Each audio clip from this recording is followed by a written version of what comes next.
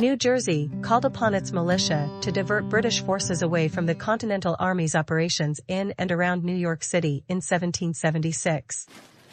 800 militia under Colonel Samuel Griffin arrived in Mount Holly on December 17 and coaxed 2,000 Hessian mercenaries out of their encampment at Bordentown.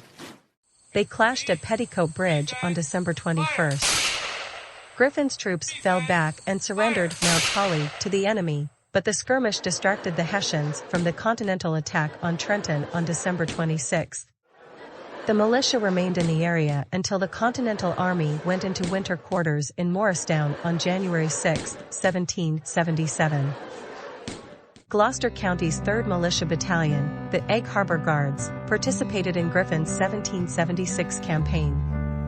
The 3rd composed of 250 militia from Egg Harbor, Galloway, Somers Point, Mays Landing, Weymouth, Absecon, and Wrangleboro under Colonel Richard Somers.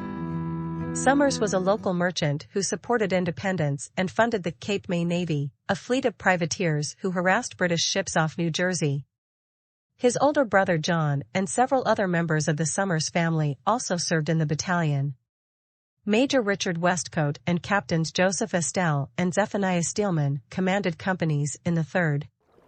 The Egg Harbor Guards captured the crew of an enemy transport stranded on the beach in Brigantine in October 1775, fought the British over the beached Continental brig Nancy during the Battle of Turtle Gut Inlet off Wildwood Crest on June 29, 1776, clashed with Loyalists at Egg Harbor in June 1778, and seized the crew of the grounded brig Delight at Peck's Beach on April 29, 1779. British General Henry Clinton sent 1,700 soldiers aboard 13 ships from New York Harbor to apprehend New Jersey's privateers at Little Egg Harbor on October 5, 1778. The Egg Harbor Guards took position in earthen fortifications called Fort Fox Burrows along the Mullica River near the town of Chestnut Neck. The militia lacked enough artillery to drive the enemy vessels out of the bay and withdrew to Leeds Point. The British burned Chestnut Neck and its docks.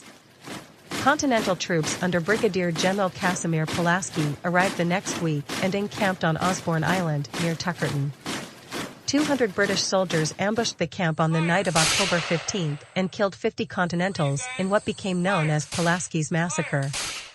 The British returned to New York City in November. New Jersey privateer activity continued for the rest of the war despite the destruction of Chestnut Neck. The Cape May Navy and other New Jersey privateers captured nearly 30 enemy ships between 1775 and 1783, including 14 transports, 1 sloop, 6 brigs, 4 schooners, and 1 frigate. They also commandeered British merchant vessels carrying sugar, tobacco, oysters, clams, and other goods. The privateers Chance and Congress collaborated and took 5 ships. The Skunk claimed to have seized 19. The British captured at least 9 New Jersey privateers, including Captain Enoch Stilwell's schooner Hawk and its crew of 70 on October 13, 1779, and the sloop Lady Washington in December. Governor of New Jersey and son of Benjamin Franklin, William Franklin was a Loyalist who encouraged violence against supporters of independence. Captain John Bacon of Long Beach Island organized a Loyalist militia called the Pine Robbers. The Egg Harbor Guards clashed with Bacon's force at the Absecon Salt Works in October 1779.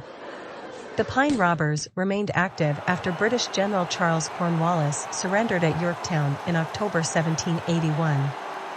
They skirmished with the 3rd Militia at Manahawkin, Egg Harbor, Long Beach Island, and Cedar Bridge in 1781 and 1782. The militia tracked down and killed Bacon at a tavern near Tuckerton on April 3, 1783. Governor Franklin fled to England after the war.